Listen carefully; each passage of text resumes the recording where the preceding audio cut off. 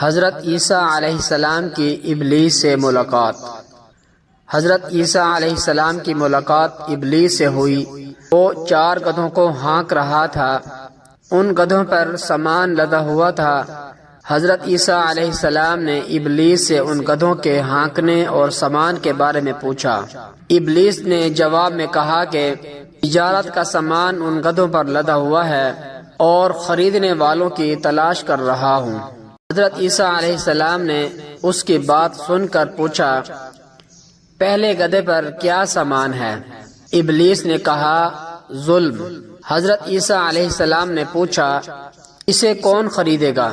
ابلیس نے کہا، بادشاہ۔ دوسرے گدھے کے بارے میں پوچھا کہ اس پر کیا لدا ہوا ہے؟ ابلیس نے کہا، حسد۔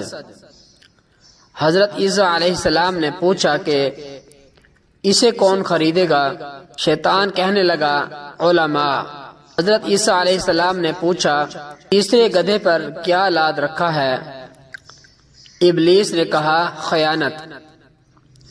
حضرت عیسیٰ علیہ السلام نے فرمایا، کون خریدے گا اسے؟ شیطان نے کہا کہ تاجر۔ پھر چوتھے گدھے کے بارے میں پوچھا کہ اس پر کیا لاد رکھا ہے؟ ابلیس نے کہا، مکر و فریب۔ حضرت عیسیٰ علیہ السلام نے پوچھا، اسے کون خریدے گا؟